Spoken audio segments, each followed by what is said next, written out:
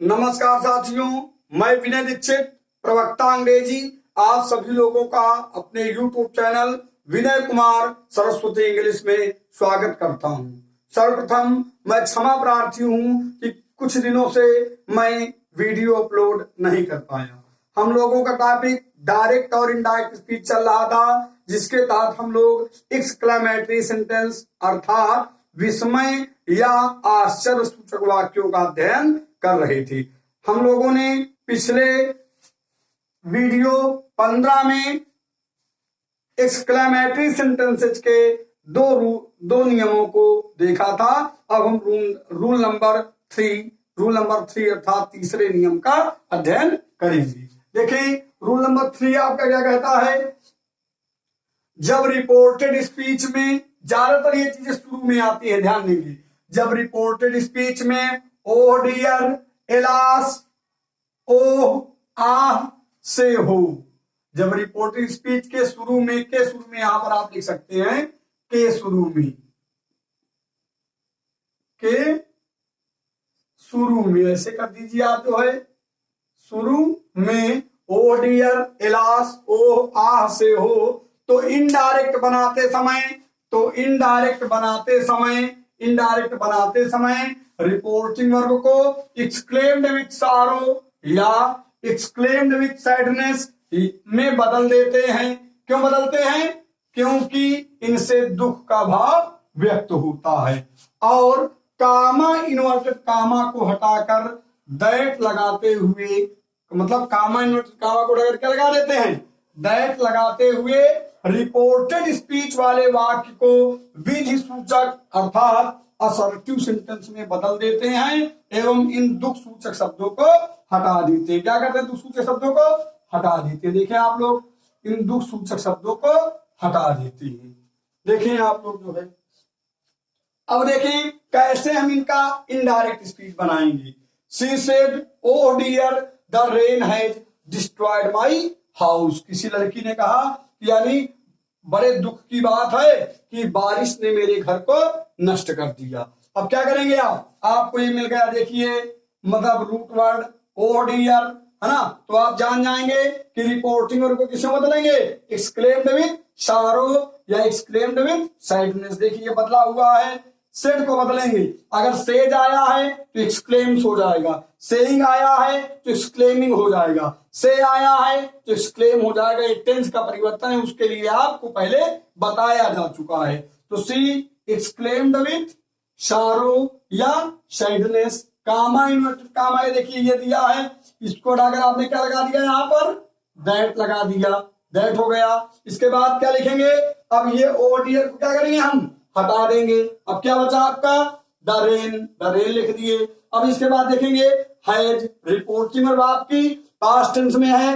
आपने पढ़ा कि रिपोर्टिंग वर्ब पास्ट टेंस होने पर रिपोर्टेड स्पीच में हैज है को हैड में बदल दिया जाता। क्या लिख दिया यहाँ पर? हैड। इसके बाद डिस्ट्रॉयड।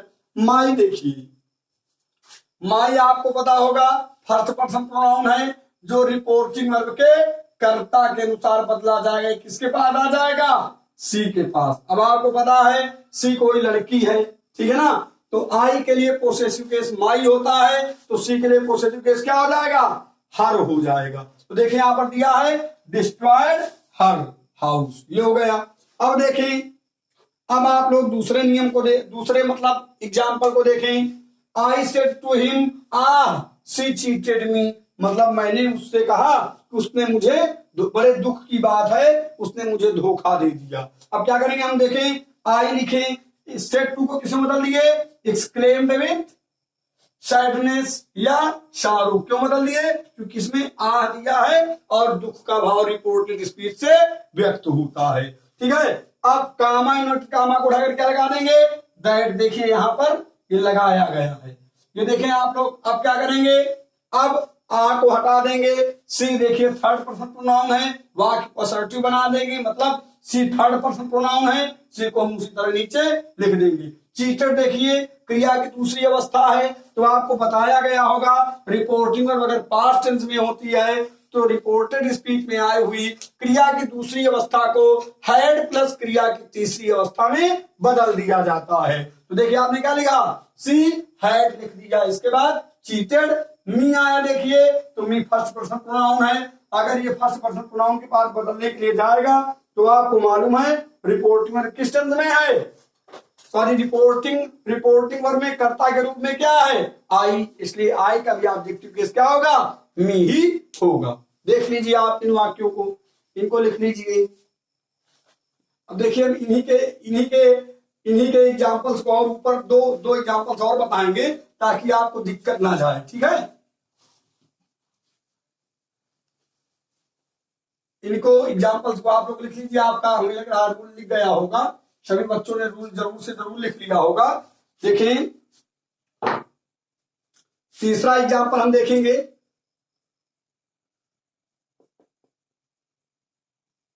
तीसरा एग्जांपल देखेंगे, देखें he said to me, alas I failed।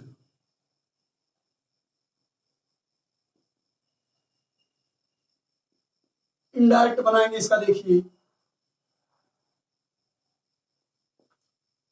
अब देखें, अब आप रिपोर्टेड स्पीच की तरफ देखेंगे।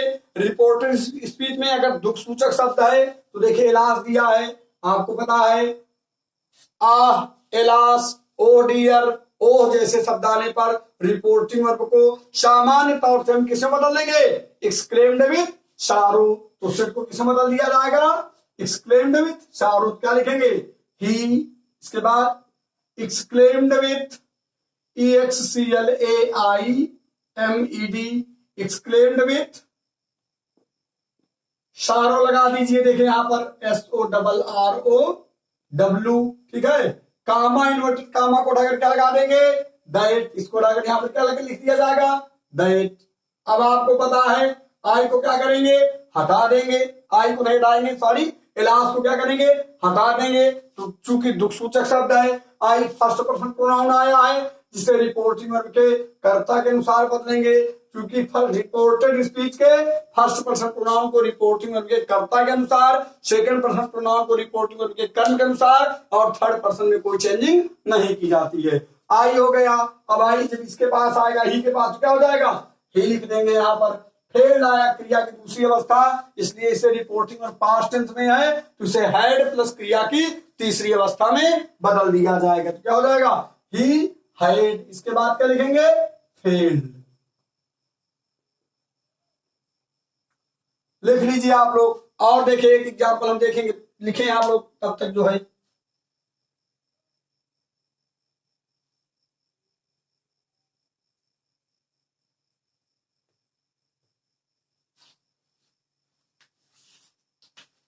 देखिए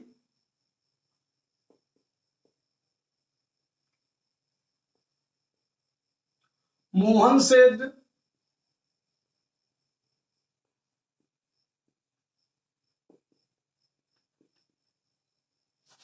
oh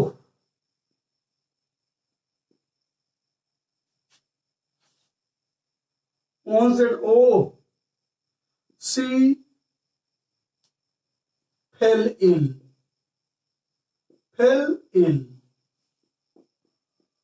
इनडायरेक्ट बनाएंगे। देखिए इसका कैसे बनाएंगे, आप देखें, ओ आ गया, आप जान गए किसका बोध होता है, दुख का। क्या करेंगे, रिपोर्ट में किससे बदलेंगे, एक्सक्लेम्ड विथ शारू। तो Mohan exclaimed with sorrow, exclaimed with sorrow, comma, inverted comma को उठाकर हम क्या लगा देंगे, दैट। देखिए यहां पर इसको उठाकर क्या लगा दिया जाएगा, दैट। मोहन एक्सक्लेम्ड विथ सारो, दैट। अब क्या करेंगे, ओ को क्या करेंगे, हटा देंगे। सी थर्ड पर्सन है ना, क्या लिखेंगे, थर्ड पर्सन प्रोनाउन में नो चेंजिंग, क्या लिख देंगे, दैट। लिख दीजिए सी। इसके बाद क्या लिखेंगे, फिर क्रिया की दूसरी अवस्था है, फाल फिर फालेन, इसलिए रिपोर्टिंग में पास्ट टेंस में है तो क्रिया की दूसरी अवस्था को हैड प्लस क्रिया की तीसरी अवस्था में बदल दिया जाएगा। क्या हो जाएगा? शी हैड के बाद क्या लिखेंगे? Fallen in. लिखे आप लोग जल्द ही इसको।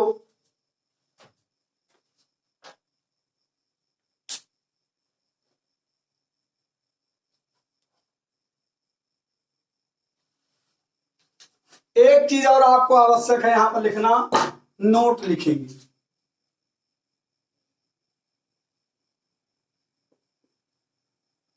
ये आप लोग विशेष ध्यान दीजिए इसको। किंतु यदि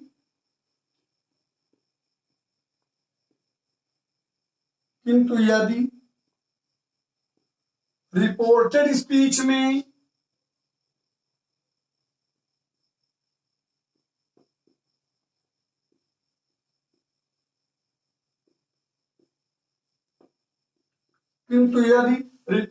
स्पीच में ओह के साथ एनफ ENOUGH दिया हो तो रिपोर्टिंग वर्ब को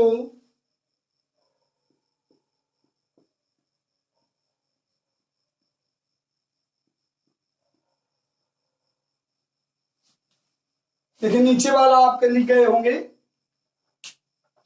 ये आपके वाक्य लिख गए होंगे संभवतः हमारे हिसाब से। नोट्स बनाते चले आप लोग, ये काम देगा आपको, सदैव काम देगा इंग्लिश में जो है।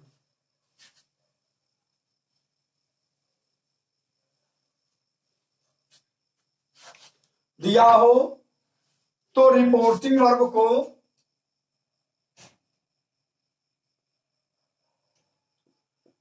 exclaimed with disgust, exclaimed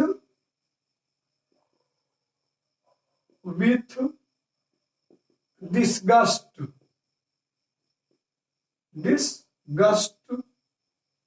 में बदल देते हैं।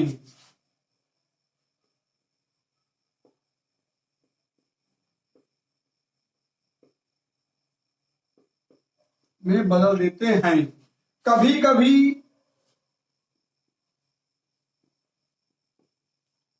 ओह आने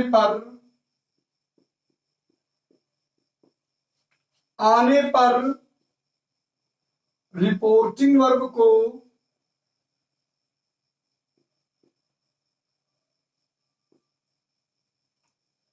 को सिर्फ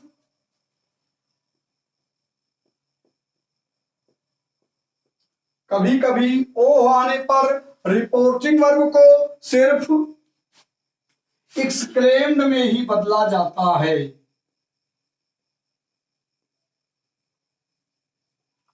एक्सक्लेम्ड में ही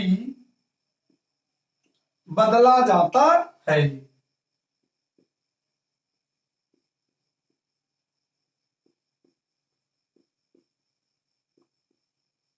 देखिए आप लोग इस नियम को हम कैसे फॉलो करते हैं।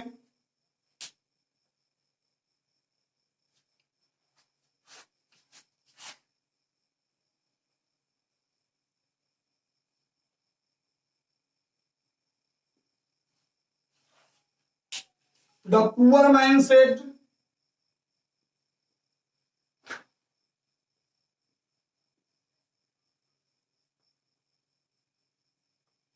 the poor man said,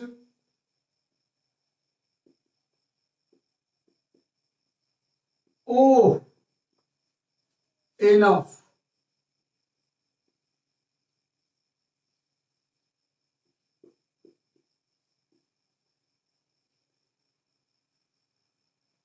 अब आप देखें, गरीब आदमी ने किया, अरे बहुत हो गया, तुम क्या करेंगे इसको रिपोर्टिंग वर्ब को क्या करेंगे एक्सक्लेम्ड विथ डिस्गस्ट में बदल देंगे, क्योंकि इससे नफरत का भाव व्यक्त होगा। क्या लिखेंगे? द पुअर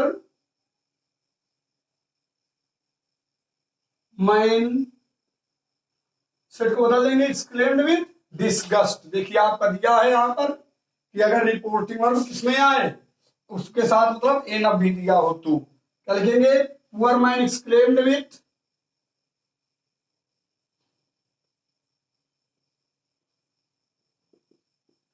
डिस्गस्ट लिखेंगे। इसके बाद दैट, अब देखिए इट अपने आप से आप लिख देंगे दैट इट। अब अगर यहाँ पर पास्ट में है तो वाज लगाएंगे, इनफ को लिखेंगे, ओ को हटा देंगे, ठीक है ना। अगर प्रेजेंट में है तो इज एम आर का प्रयोग करेंगे, क्या लिखेंगे, इट वाज इनफ। लिख लीजिए आप लोग। अब देखें अब देखें दूसरा एग्जाम्पल आप लोग देख लीजिए, दूसरा एग्जाम्पल देख लीजिए।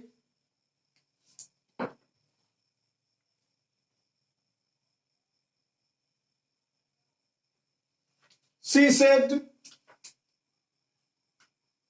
said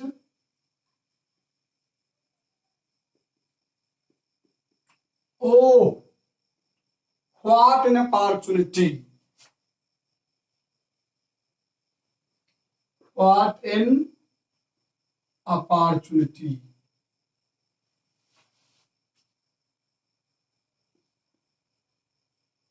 अपॉर्चुनिटी ओ लिखें, लिखें she said what an opportunity। लिखें आप लोग what an opportunity, O double P O R T U N I T Y. उसने कहा अरे क्या अवसर है। अब देखिए इनडायरेक्ट किसका बनाएंगे, इनडायरेक्ट किसका बनाएंगे तो हम क्या करेंगे, इसको बदल देंगे हम।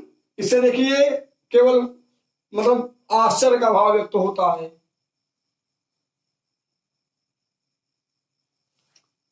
डायरेक्ट में ही बदलेंगे, मतलब इसको एक्सक्लेम्ड ही बदलेंगे, क्या हो जाएगा, सी एक्सक्लेम्ड विथ एक्सक्लेम्ड। आप कुछ नहीं लिखेंगे, सैडनेस आप कुछ ना लिखे जो है, ठीक है ना। क्या अवसर है तो मतलब सिर्फ प्रसन्नता का ही भाव व्यक्त होगा, तो आश्चर्य आप माने, इसलिए ओ के लिए आप सैडनेस या सारो का प्रयोग नहीं करेंगे। अब इसके बाद क्या लगा देंगे, इसको क्या लगा देंगे, दैट लगा देंगे। देखो ऐसे वाक्यों में इट अपने आप से लिखाया जाता है, इट लगा देंगे इट। इसके बाद क्या लिखेंगे, was an great opportunity. It was a, अब लगाएंगे ग्रेट के पहले आ रहा ना, it was a great opportunity.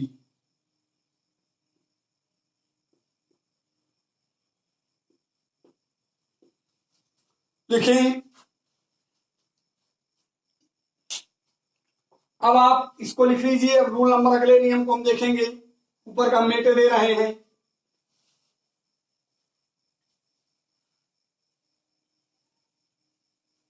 ठीक है, रूल नंबर 4 लिखेंगे।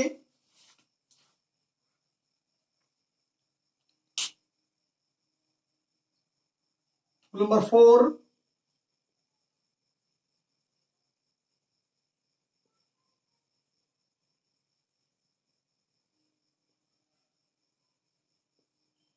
यदि रिपोर्टेड स्पीच से, यदि रिपोर्टेड स्पीच में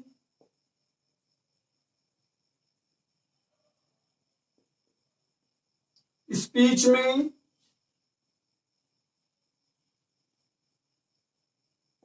हुर्रा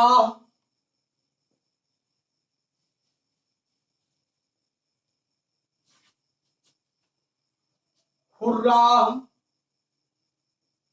या अन्य कोई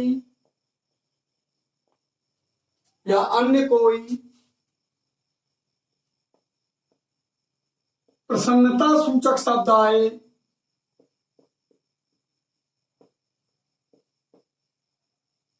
प्रसन्नता सूचक शब्द आए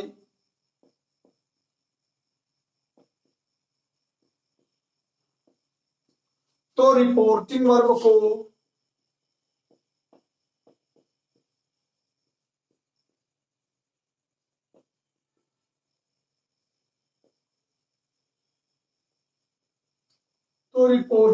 को exclaimed with Joy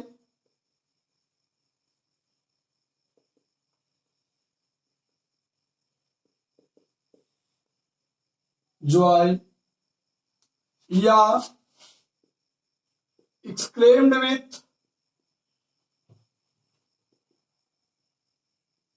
with delight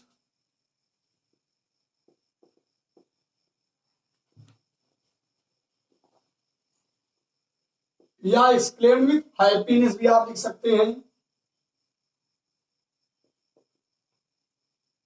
exclaimed with pleasure,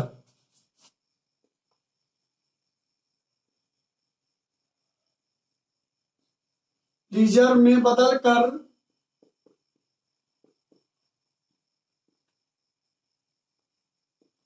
comma inverted कामा हटाकर दैट लगाते हुए इनडायरेक्ट बना देती है। दैट लगाकर इनडायरेक्ट बना देती है, इनडायरेक्ट बनाते हैं। ठीक है, अब हम रूल नंबर 4 के उस नियमों को अगले वीडियो में पढ़ेंगे। इसलिए मेरा आप सभी विद्यार्थियों से निवेदन है और साथियों से निवेदन है कि प्लीज चैनल को सब्सक्राइब करें, शेयर करें, कमेंट करें। इसी के साथ विनय दीक्षित अंग्रेजी प्रवक्ता मैं सभी आप लोगों से विदा लेता हूं। तब तक के लिए नमस्कार।